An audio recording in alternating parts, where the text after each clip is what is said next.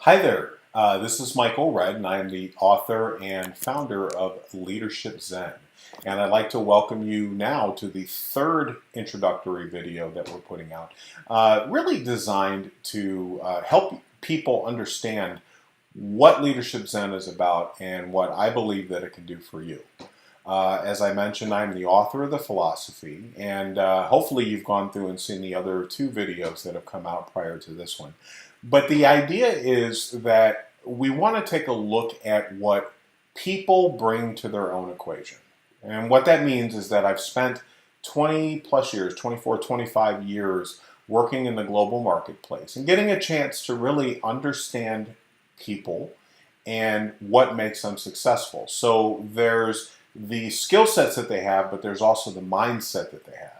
And Leadership Zen is really about that mindset. It's really about helping people understand how you look at the world really gets you to how you perform in the world. And that's really where we're going to get to over time with respect to Leadership Zen.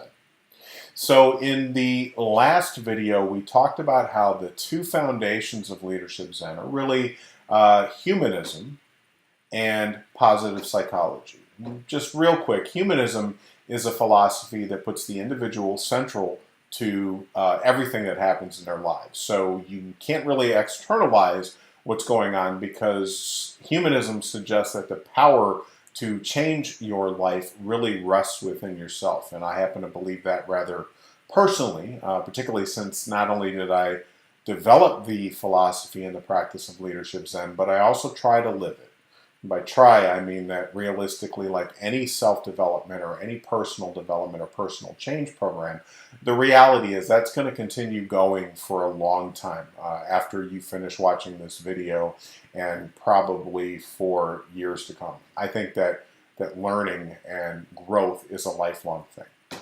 The second component of it was positive psychology, and we'll actually deal with that in episode 4. So humanism is what we're going to talk about today. We will deal with positive psychology in the next one, but they're both central to understanding how and why Leadership Zen actually works. So why don't we dig into it now to really kind of understand this notion of humanism, because I think it's an important notion, particularly in trying to understand exactly why we as individuals have more power than we sometimes allow ourselves to have. So we have this, if you've watched the last two videos, we have this 30,000 foot level view of how this works. And we need really a deeper understanding of its underlying concepts. And that's what I was mentioning about humanism and positive psychology. So right now, I think a good place to start is with humanism, because belief in the power of your own mind to cause change in yourself and in others is really foundational to moving forward. In fact, I would argue that it defines the philosophy, which is why the tagline of Leadership Zen is changing the world one life at a time. And that life really begins with your own. So let's talk a little bit about humanism. Humanism is a school of thought that puts primary importance on the individual and the power of reason to affect one's future, rather than on outside factors such as the actions of other people, fate, or destiny. It should be thought of as a life stance, in that the humanist belief that we all have a responsibility to lead ethical, meaningful, and purposeful lives that ultimately benefit others is considered the ultimate goal. Those who practice or think of themselves as humanists are diverse. There is no common dogma required to be part of the club. What it does require is an open mind, a willingness to ask difficult questions, and to challenge norms just because they are considered normal. This is especially true with anything that abandons reason to establish facts, which is not only counterintuitive, but also counterproductive to human progress that humanists hold dear. Now, if you've already Googled the term or have some familiarity with its premise, you might be wondering how that fits in with religion or traditional spirituality.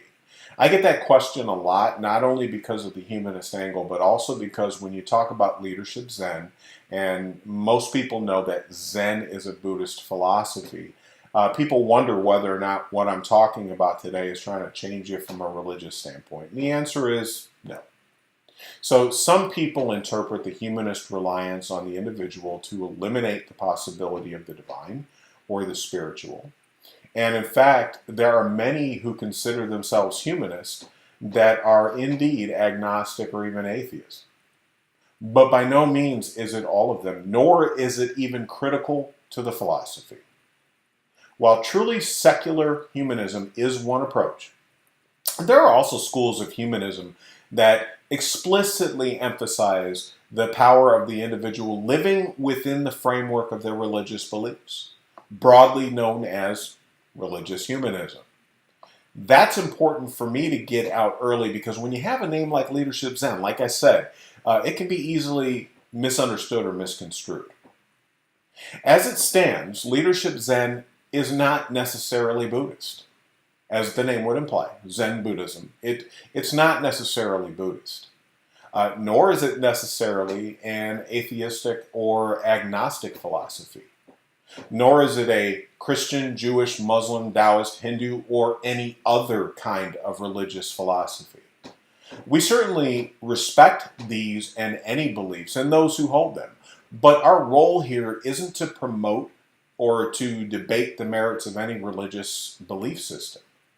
Leadership Zen, as we will see, recognizes the value of spirituality, any spirituality, as a centering element, a critical component of leading a complete life. And anybody who's watched the previous video will understand when we talk about the MBSS connection, one of the things we talk about the mind, the body, the soul, and the spirit. Well, the spirit is really engaging your role, your role within this bigger cosmos. And however you choose to define that is your own. So humanism for me is really about recognizing your role within the constructs that you choose to have. And we'll get into belief systems and so on and so forth.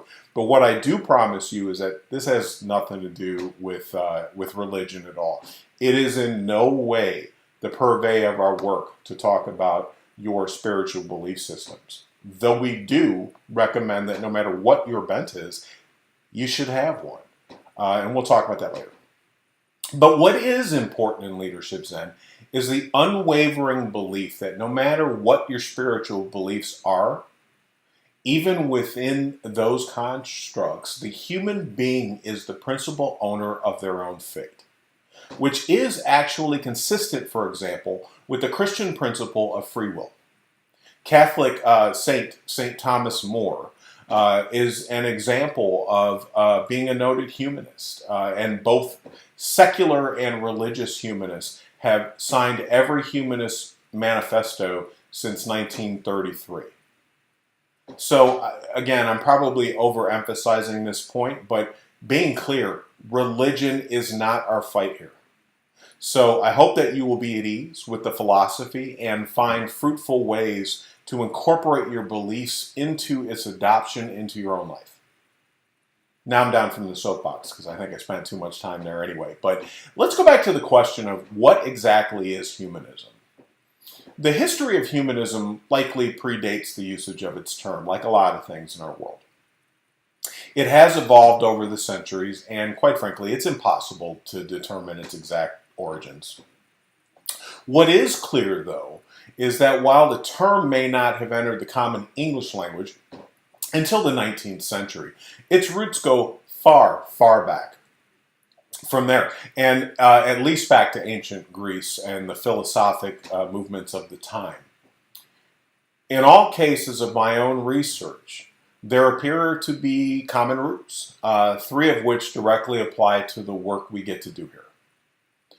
The first is that humanism is rational. In other words, it relies on human reason and action to solve problems, both individually and for humankind. Hope, as they say, is not a strategy, and you will probably hear me say that more times than you want me to say it. throughout the course of my describing Leadership Zen. But therefore, it means that it's not only our ability, but also our responsibility to proactively seek solutions where problems exist. Furthermore, while science and free inquiry are valuable tools to develop these solution sets, it must be tempered by human values to ensure that our discoveries lead to positive outcomes. Again, this applies not only to global solutions, but also in how we guide our own personal transformations. So if you think about it, if you have the best ideas and you have this way of approaching everything like that, but everybody around you, the relationships that you build, which are absolutely critical to our well-being, if the people who you have relationships with don't adhere to it or don't feel it or don't want to be a part of it, then even the best of ideas don't necessarily have value on a broader scale. They may make you feel good, but if they cost you some other critical aspect of who you are, that's a problem. And we try to avoid that with respect to how we approach Leadership Zen.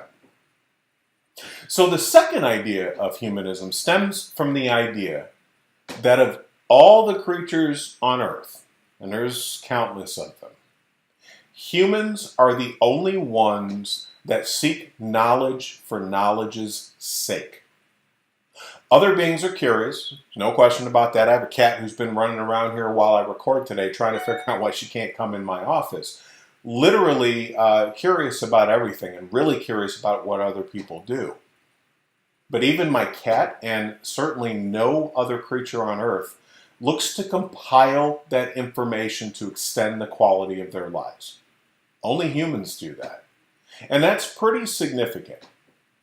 Leadership then has to harness that intellect and the spark of curiosity to build upon what we know to get even better. That's why we're all here.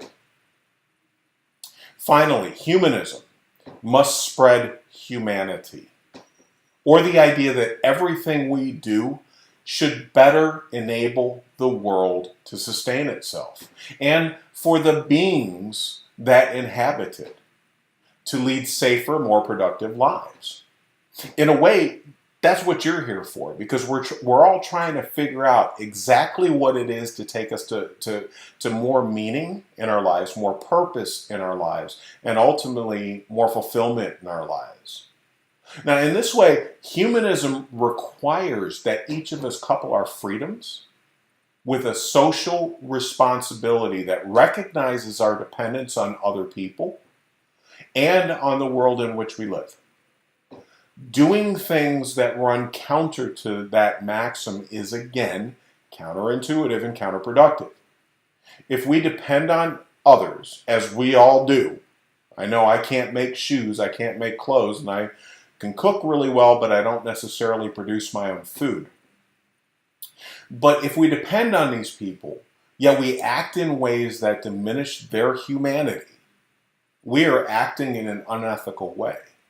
And if that's hard to grasp in terms of your existing belief systems, think about it this way. It's certainly counterproductive and it's counterintuitive, because this social web that we create and this web of commerce, this web of interaction, this web of socialness is all about our ability to relate to other people and other things. Because if we depend on Mother Earth, as we certainly all do, we all live on this one planet. We haven't really made a lot of effort to try to move off of it, so it's kind of critical. Yet we do things to enhance our own fortunes while hurting the environment that provides for us, then we are acting in an unethical way. We are acting in an unproductive way. We are acting in a counterintuitive way. And quite frankly, that isn't very smart. So these truisms, and I do call these truisms, and we're going to get into the whole notion of belief and truth and so on and so forth a little bit later, but these truisms collectively drive Leadership Zen in a number of ways, which is why I describe it first as a humanist philosophy. We believe without exception that the power to change rests in you. When we are unfulfilled, when we don't feel like our lives have meaning or purpose, or that we're not living up to our potential, that is not someone else's fault. Blame in general is an unproductive activity. And you'll hear me use the word on occasion, but I generally ban that in my house and ban it elsewhere because it's an unproductive activity. It solves absolutely nothing but to solve our own egos. So if I say it is somebody else's fault that this has happened to me, then I'm soothing my own ego. That's counterproductive and it doesn't work. Externalizing our own circumstances or conditions doesn't change them. In fact, it could be argued that it makes it worse because until we recognize our own role in them, as well as our own power over them, the problems will always remain.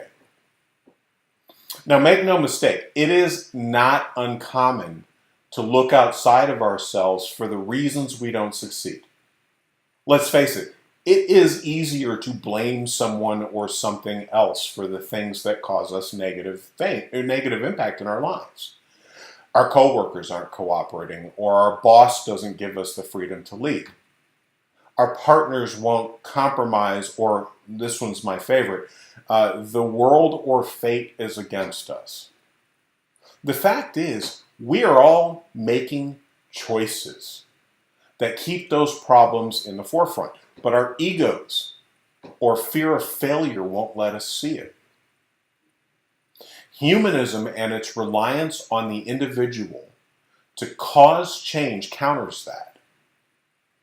And therefore will be a recurring theme throughout these videos, the books, and certainly the blog that I write, as often as I can. But it's certainly a central theme and a recurring theme in Leadership Zen. So let's go on a little bit further. Okay? Outside of our own drama, there lies the world. And the world is full of possibility. For many reasons, many of us prefer to live our lives quietly, not rocking the boat or wondering what could be. This is actually a root cause of unfulfillment and sometimes a lack of productivity and performance. So our outcomes are sometimes dictated by our ability to see what is possible versus what we know. 1,000 years ago, a person sat in his home and made a thing. Anything, because it really doesn't matter. A little over a century ago, Henry Ford installs the first moving assembly line, and he produces a lot more things, right?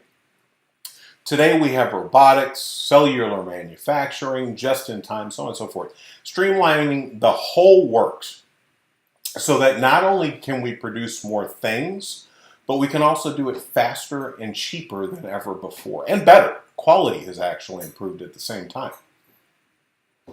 Something else is certainly over the horizon, probably just over the horizon, that'll make it even better. Humanism, in both its quest for reason and free inquiry, we call that curiosity as part of Leadership Zen, but there's more coming on that later. It not only provides the spark for progress, but it also demands that we as members of our species go out and look for it. It provides avenues to better the human condition, for lack of a better term, to better the human condition both individually and globally. In Leadership Zen, our very premise suggests that leadership itself, and anybody that's watched the first video, the introductory video, it might be the second one, but realizes that when I talk leadership, I'm not talking about position, title, or role. I am talking about leadership, and that includes personal leadership. But our very premise suggests that leadership itself demands the exact same thing from anyone seeking to transform their influence and contribution. Then there's our motto, changing the world one life at a time. That actually means something to us and was inspired by the humanist philosophy, its ethical foundation that as humans, we should be building things to enhance humanity. Here, we start with you. Everything with Leadership Zen is always going to start with you because this is about personal change and personal transformation. It's about how to transform into a better leader, a better person, a better partner, a better friend, a better citizen. But our hope is that the inspiration you receive from your own evolution, or perhaps internal revolution, causes you to become a catalyst for broader change, active or otherwise. You might be surprised how successful people passively inspire the desire for success in others. And that alone enhances the world around us. The possibilities are literally endless. Humanity stuns, and it does so because of what it has accomplished and what it is capable of accomplishing from here. We've tamed fire, built cities, harnessed the atom, although that has obviously had some questionable outcomes, and left our planet to step on the moon. We have beautiful art and literature and live in complex, interconnected societies that bind. Nearly 8 billion of us live in this collective fortune. That has happened when inspired people decided to challenge what they knew and use the power of reason to get it done. This power, is what Leadership Zen looks to unleash. So from my perspective, and what I'm trying to convey in this particular video, is that this notion of humanism, this idea that externalizing our issues and externalizing negative outcomes, externalizing negative energy and emotions is really, again, I'm going to keep using the same words, it's counterintuitive and it's counterproductive. Because ultimately, we are the masters of our own fate. Our ability to impact the world around us, and therefore our perceptions of the world around us and the outcomes that we produce in it, come 100% from ourselves. That is the fundamental premise of Leadership Zen. This is why I continue to invite you to become part of the journey. This is why we exist. So once again, I thank you for taking the time today to invest in this particular video. Like I said, we've got a blog out there, we've been writing books, we've got other things. This is bigger than just this channel, but it's a great avenue to be able to get you, somebody who's already made a choice to do something different in their lives, engaged in what the bigger picture of what we're trying to do is. So again, I want to thank you for being part of 3. We'll now get into number 4, and hopefully you'll enjoy it as well. So thank you, and we'll talk to you soon.